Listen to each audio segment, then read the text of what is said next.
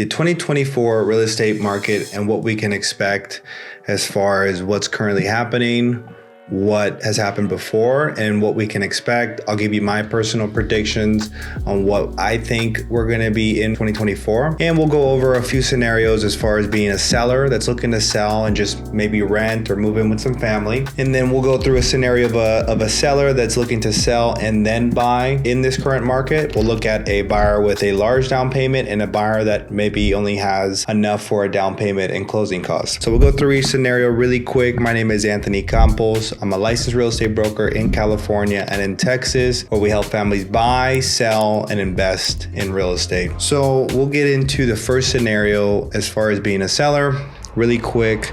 We've been dealing with higher interest rates for the last couple of years, and we're still dealing and we have been dealing with a housing shortage. And what that means is that we just don't have enough properties for the amount of buyer demand that's out there currently. So we haven't seen that change with the improvement of interest rates. Of the time that we are filming this is mid-January of 2024, and we haven't seen housing inventory increase. If anything, it's just stayed steady and it's not keeping up with the buyer demand. So what we can expect with interest rates now improving in mid-January is more buyers coming into the market now that, one, they can qualify for more with a lower interest rate and they feel more comfortable moving forward. So what does this mean as far as being a seller in this market? This is all good stuff for a seller because obviously they can put up their house for sale and there's going to be more buyers in the market looking to bid for your property for sale. And because we're not seeing a lot of housing inventory increase or keep up with the pace of buyer demand coming in, we can expect a property to have multiple offers if it's listed correctly, if it's priced correctly. Obviously, if you're marketing it correctly and you have a solid marketing strategy behind that, then you can expect your property to sell within 2 weeks in most markets or less, depending on your property type and location. So you can expect your property to sell very quickly in this type of market. If you're just looking to sell and be done, then obviously you can get all that upside and not worry about anything else. Now, if you're a seller that needs to sell and then needs to go and buy,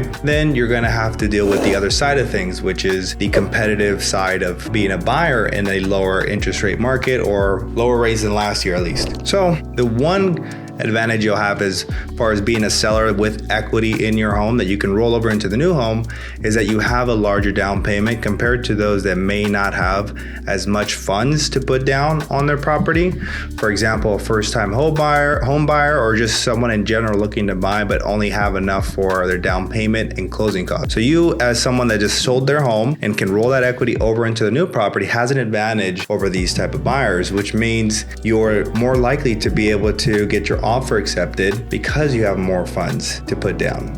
And that's going to be the same scenario for yourself when you've listed your home and you've gone through the showings and you're getting multiple offers and you're reviewing your offers. And let's just say you're in a scenario where there's two offers at the same price and one offer is putting down more, 20-30% down on their down payment. You're likely going to choose that offer, and you should choose that offer. And your listing agent, I know if we're representing our seller, we're likely going to tell them to go with that offer, unless of course there's a cash offer, then obviously just go that route, right? Obviously, but you will want to go with the one with a higher down payment. And the reason that is because there's a lot of different variables in escrow, and a buyer with a larger down payment is going to be able to take care of these variables if they come up. For example, an appraisal shortage or an appraisal coming in low, they can come in with those extra funds to help clear that difference. And in some cases, if they are putting over 20% down, they're more likely to get an appraisal waiver from the lender. And what that means is that the lender actually won't even ask for an appraisal if they're putting over a certain amount, depending on what lender that buyer goes to. Now that's another topic, but the main point that I'm getting at is a buyer with a larger down payment is going to have an advantage over a buyer that just has enough for down payment and closing costs. Sounds pretty obvious, but these are just the pros when you are a buyer with a larger down payment. Now let's just say you're just a buyer with a larger down payment. You don't have to sell a home, so you have a pro of not being contingent on selling your property. You're just a buyer with a large down payment and you're looking out for your property. So you really get the best, you're really in the best situation to purchase a home, unless of course you're an all cash buyer, then you are pretty much good in any market when you're an all cash buyer. The second best option would be a buyer that's not contingent with a higher down payment and great credit scores, great terms on their agreement, etc. And that's where it's important on any of these situations to have a solid real estate agent to help you out, to help you through these, because they're all going to be critical in their own way, in their own strategy to help you get to where you need to be. Whether you're a seller that needs to sell then buy,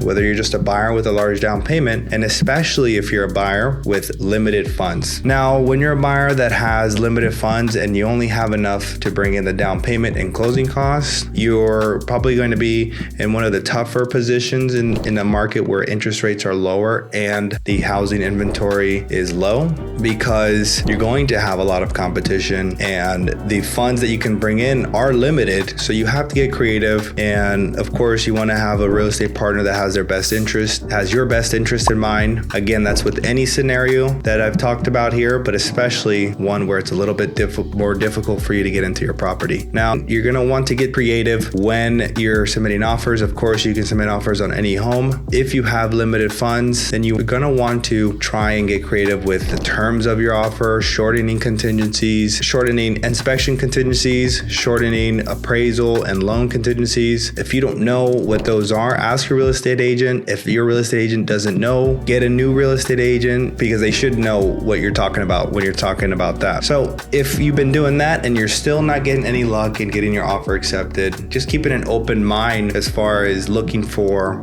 your home. So maybe you want to look at properties that have been on the market a little bit longer, or maybe the property has photos and you want to maybe not disregard them right away, because in the same way that properties with nicer photos, look good online, but when you go see them in person, they may not be as great. The same thing can happen with the worst photos, with the photos that don't look so great. You can go to that property as long as it obviously fits to what you're looking for. And sometimes it's not as bad as the photos make it out to be.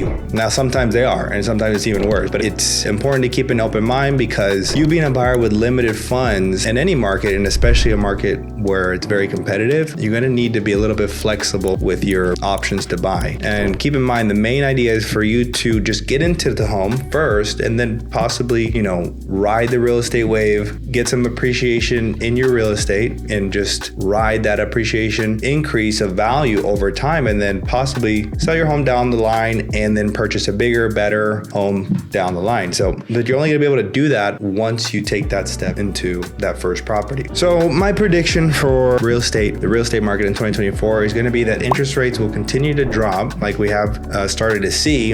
And I don't think that the inventory is going to be able to keep up. The housing inventory is going to be able to keep up with the amount of demand, buyer demand coming into the market. So we're going to start to see prices increase. So great thing for sellers, could be a good thing for buyers if you're partnered up with the right people. Each strategy is a little bit different, and the strategy always changes in each market. So again, it just depends on your goals and where you're trying to be. And that's why it's important to talk to somebody, a real estate professional that can strategize a plan for you and your specific situation. So hopefully this helps. Let me know if I missed anything on here. Again, I don't think the housing inventory is going to be able to keep up with the buyer demand. So we'll see prices increase.